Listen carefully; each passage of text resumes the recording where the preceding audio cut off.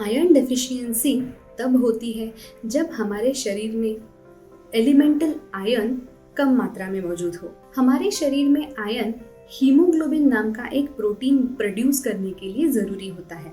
Haemoglobin खून में मौजूद आरबीसीज यानी कि लाल पेशी में मौजूद होता है। हीमोग्लोबिन के द्वारा ऑक्सीजन हमारे शरीर के अलग अलग ऑर्गन्स में स्प्रेड हो सकता है, पहुंच सकता है। अगर शरीर में आयरन की डेफिशिएंसी हो तो उसकी वजह से हीमोग्लोबिन की प्रोडक्शन कम होती है और हीमोग्लोबिन कम होने की वजह से शरीर में ऑक्सीजन जितना चाहिए उतना पहुंच नहीं पाता। इसकी वजह से अलग अलग सिम्टम्स दिखाई देने लगते हैं।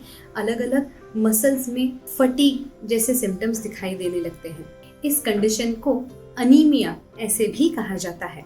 आयरन डेफिशिएंसी के सिम्टम्स इंसान के एज, कितना सिवियर आयरन डेफिशिएंसी है, डेफिशिएंसी कितनी तेज बढ़ रही है, या फिर इंसान को और कोई अलग अलग सिम्टम्स है या नहीं, बड़ी कोई बीमारी है या नहीं, इन सब कंडीशंस पे इसके साइंस एंड सिम्टम्स वेरी कर सकते हैं। कई बार कुछ लोगों को आयरन डेफिशिएंसी की वजह से कोई सिम्टम्स नजर भी नहीं आते।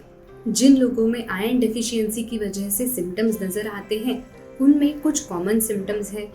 बहुत ज्यादा थकान महसूस होना। अगर शरीर में आयरन कम हो तो हीमोग्लोबिन का प्रोडक्शन कम हो जाता है। हीमोग्लोबिन का प्रोडक्शन अगर कम हो तो ऑक्सीजन शरीर में कम मात्रा में मौजूद होता है। अल्टीमेटली मसल्स और अलग अलग ऑर्गन्स में जितना चाहिए, जितना रिक्वायर्ड होता है, उतना ऑक्सीजन पहुंच नहीं पाता।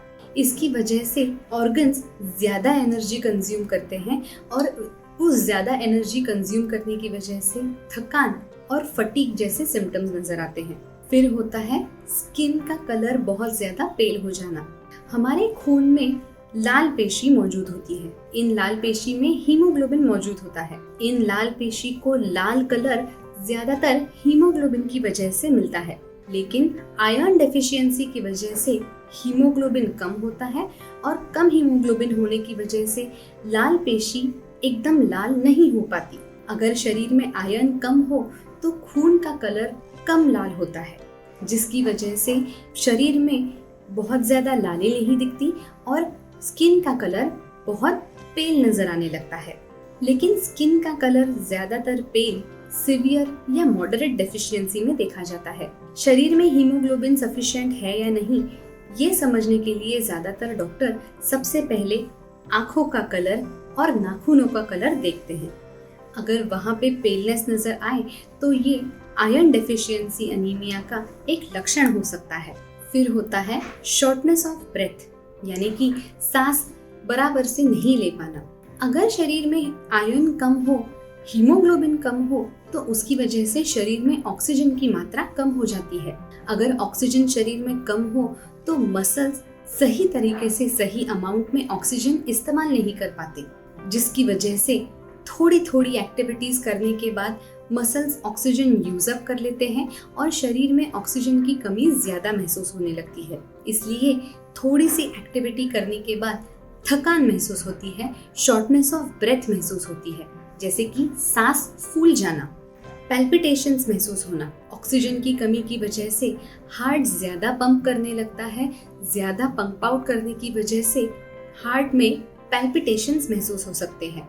हेडेक, आयरन डेफिशिएंसी का हेडेक से एग्जैक्टली क्या रिलेशन है ये अभी तक समझा नहीं गया है, लेकिन आयरन डेफिशिएंसी के लोगों में हेडेक कई बार नोटिस किया गया है। वैसे ही स्किन ड्राई और डैमेज्ड होना, बाल ड्राई और डैमेज्ड होना, इसका भी पूरी तरह से कोरिलेशन समझा नहीं गया है, लेकिन कई बार आयरन डेफिशिएंसी के लोगों में बालों का डैमेज और ड्राइनेस होना और स्किन ड्राई और डैमेज्ड होना ज्यादातर देखा गया है।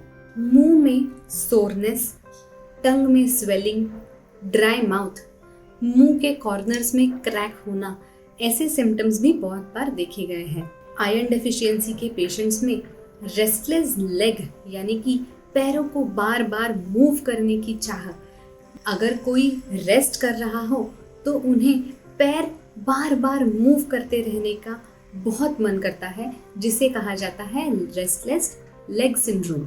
वैसे ही आयरन डेफिशिएंसी के लोगों में कोइलोनाइकिया यानी कि नाखून का शेप बदलना बहुत कॉमनली देखा गया है।